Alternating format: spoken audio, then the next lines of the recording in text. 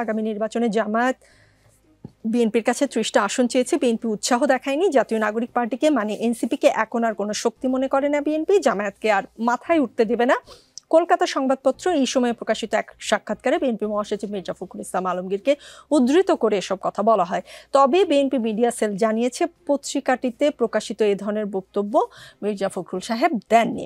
প্রশ্ন হচ্ছে, বিএনপির মতো এত বড় একটি দলের মহাসচিব কোন গণমাধ্যমকে সাক্ষাৎকার দিবেন আর কাকে দিবেন না সেটা ঠিক করার দায়িত্ব আসলে কার? তার সাক্ষাৎকার পাওয়া কি এতই সহজ? যেমন এই অনুষ্ঠানে, রাজনীতি অনুষ্ঠানে তার সাক্ষাৎকারের জন্য আমরা বেশ কয়েক মাস অপেক্ষা করেছি, নানান প্রক্রিয়ায়, লিখিতভাবে, মৌখিকভাবে বহুদিন আগে থেকে আবেদন করেছি।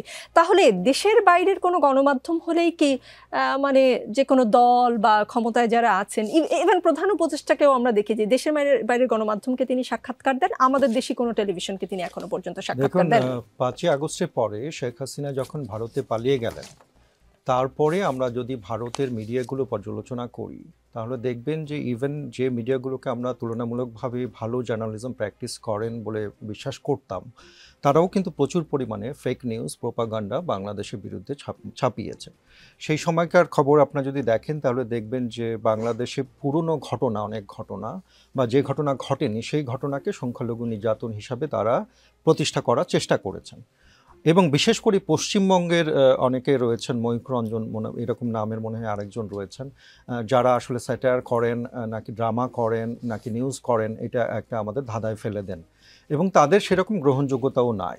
এখন যে মিডিয়া আউটলেটটাতে, যেটা এই সময় নামে একটি মিডিয়া আউটলেটে এই সাক্ষাৎকারটি প্রকাশিত হয়েছে এবং যারা দাবি করেছেন যে মির্জা ফখরুল সাহেব সেখানে সাক্ষাৎকারটি দিয়েছেন, সেটিও কিন্তু খুব একটি নামি দামি সংবাদ আউটলেট না। এখন যতটুকু আমি জানতে পেরেছি সেটা হচ্ছে যে তিনি আসলে এই সময়কে কোনো ধরনের সাক্ষাৎকার দেননি। এখানে এই সময়ে একটি ছবি প্রকাশিত হয়েছে, আপনারা দেখেছেন, কিন্তু সেই ছবি কিন্তু হচ্ছে এইটা প্রমাণ করে না যে মির্জা ফখরুল সাহেব তাদেরকে সাক্ষাৎকার দিয়েছেন, বরং এটা প্রমাণ করে, আমরা দেখতে পাই, সেটা হচ্ছে যে এই ভদ্রলোক, সেটা জার্নালিস্ট হতে পারে তাদের, তিনি কোনোভাবে মির্জা ফখরুল সাহেবের সাথে একটা ছবি তুলেছেন। সেটা হয়তো অনেকের সাথে গিয়ে একটা ছবি তুলতে পারেন, অথবা হয়তো একটা অনানুষ্ঠানিক কোনো আলাপ করেছেন।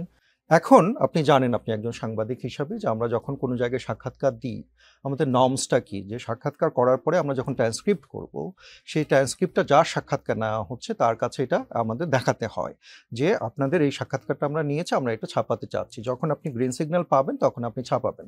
আমি যতদূর জানি এর একটি প্রক্রিয়াও কিন্তু এই সময় হচ্ছে অনুসরণ করেনি, এবং এটি যে একটি ফর্মাল সাক্ষাৎকার সেটিও হচ্ছে মির্জা ফখরুল সাহেব নিশ্চিত করেছেন যে এরকম কোনো ফর্মাল সাক্ষাৎকার তার কাছে নেওয়া হয়নি। আপনার সেকেন্ড যে পয়েন্টটা, যে আসলে বিএনপির মতো একটি বড় দলের মহাসচিবের কাছে এত কাছে তিনি পৌঁছালেন কিভাবে, সেটা নিয়ে আমাদের মধ্যে আলোচনা চলছে এবং আমরা এটাকে ফিগার আউট করার চেষ্টা করছি যে কার মাধ্যমে এরকম একটি প্রোপাগান্ডা চালানোর মতো সাংবাদিক তার কাছে পৌঁছাতে পারলো, এবং আমরা সেই ব্যবস্থাটুকু নিব বলেই আমার বিশ্বাস। জি, পরামর্শক প্রতিষ্ঠান ইনোভেশন কনসাল্টিং এর যে জরিপ, তাদের জনগণের নির্বাচন ভাবনা শীর্ষক জরিপ, সেটা নিয়ে বেশ আলোচনা। স্থানীয় পর্যায়ে দলীয় রাজনীতি নিয়ে সন্তুষ্টির বিষয়ে ভোটারদের কাছে জানতে চাওয়া হয়। এতে এগিয়ে আছে জামায়াত বিএনপির চেয়ে। জামায়াতের কার্যক্রমে শতভাগ, অনেক ও মোটামুটি সন্তুষ্ট 47.4%, আর দলটির কার্যক্রমে একেবারেই সন্তুষ্ট নন 19.7% উত্তরদাতা। এর পরপরই রয়েছে এনসিপি। এনসিপির কার্যক্রমে সন্তুষ্ট 40.7% উত্তরদাতা, আর একেবারেই সন্তুষ্ট নন 17%। অন্যদিকে বিএনপির কার্যক্রমে শতভাগ, অনেক ও মোটামুটি সন্তুষ্ট 39.4%, আর দলটির কার্যক্রমে একেবারেই সন্তুষ্ট 27.6% উত্তরদাতা। মানে বিএনপির কার্যক্রমে মানুষের মধ্যে সন্তুষ্টির হার এত কম কেন? মানে এই জরিপ যদি আপনারা বিশ্বাস করেন, আমি বুঝতে পেরেছি, আমি এই জরিপটা আমি দেখেছি, এবং এই জরিপের যখন হচ্ছে প্রিলিমিনারি যে একটি সেমিনার হয়েছিল সেখানে আমি বক্তাও ছিলাম, যে কারণে আমি জরিপটি সম্পর্কে জানি। দেখুন, আপনি যে জরিপগুলোর বিষয়টা বললেন সেটা একটি বিষয় বলেছেন যে দলগুলোর কার্যক্রমে জনগণ সন্তুষ্ট কিনা, কিন্তু এছাড়াও আরো অনেকগুলো ইন্ডেক্স রয়েছে। এখন কেন, এটা একটা ভালো প্রশ্ন করেছেন, কারণ আমার কাছে মনে হয় জনগণ ধরেই নিয়েছে বিএনপি ক্ষমতায় যাবে। যখন আপনি ধরেই নেন যে একটি দল ক্ষমতায় যাবে, তখন তার উপরে আপনার লাইটিংটা অনেক বেশি হয়, যে আমার ফেসের উপর যখন লাইটিং হবে তখন আপনি বুঝতে পারবেন যে আমার এখানে কোনো দাগ আছে কিনা, তাই না, কত বেশি দাগ রয়েছে। যে কারণে যখন স্পটলাইটের মধ্যে বিএনপিকে ফেলা হচ্ছে, বিএনপির প্রতি এক্সপেকটেশনটা জনগণের অনেক বেশি। বিএনপি জনগণ সবসময় চিন্তা করছে যে বিএনপি এই যে আচরণটা করছে সেই আচরণ সে ক্ষমতায় যেও করবে কিনা, অর্থাৎ বিএনপির প্রতি তাদের প্রত্যাশা বেশি বলেই আমি দেখেছি যে বিএনপি সমর্থকরাই বিএনপির সমালোচনা করে।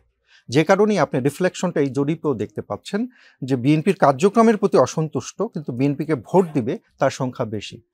তার কারণ হচ্ছে বিএনপির প্রতি আশাবাদটাও মানুষের বেশি রয়েছে এবং সেই কারণেই বিএনপির কার্যক্রমটা আরও যাতে উন্নত হয় সেটার জন্য হচ্ছে তাদের সমর্থকদেরও এক ধরনের চাওয়া পাওয়া রয়েছে, যে কারণে এই অ্যানোমালিটা দেখছেন। এবং আরেকটা বিষয় আমি বলতে পারি যে পলিসিগত দিক দিয়ে, যেমন পিআরের বিষয়ে তাদের জরিপ অনুযায়ী যদি আপনি দেখেন যে এর আগে আমরা দেখলাম যে জামাত ইসলামী এক ধরনের ক্যাম্পেইনই চালালেন যে 70% মানুষ নাকি পিআর চায়, কিন্তু আমরা এই জরিপে আমরা দেখতে পাচ্ছি যে আসলে 56% আসলে জানেই না যে পিআর কি, এবং সেই সাথে সাথে 22% হচ্ছে পিআর চান না। যদি আমরা যোগ করে দেখি তাহলে 78% মানে 80% মানুষ হচ্ছে আসলে পিআর হয় চান না অথবা পিআর সম্পর্কে জানেন না। এই জরিপে আমরা সুস্পষ্টভাবে বুঝতে পারছি যে পিআর এর দাবিটি আসলে এখনো জনগণের সাথে সম্পৃক্ত দাবি নয়। অতএব বিএনপি যে পথে রয়েছে, আমার কাছে মনে হয় বিএনপি সঠিক পথেই রয়েছে এবং বিএনপির সরকার গঠনের সম্ভাবনাও সবচেয়ে বেশি, সবচেয়ে শক্তিশালী দল, কিন্তু তার প্রতি মানুষের আশাবাদও সবচেয়ে বেশি, যে কারণে আশা ভঙ্গ খুব সহজেই হয়। জি।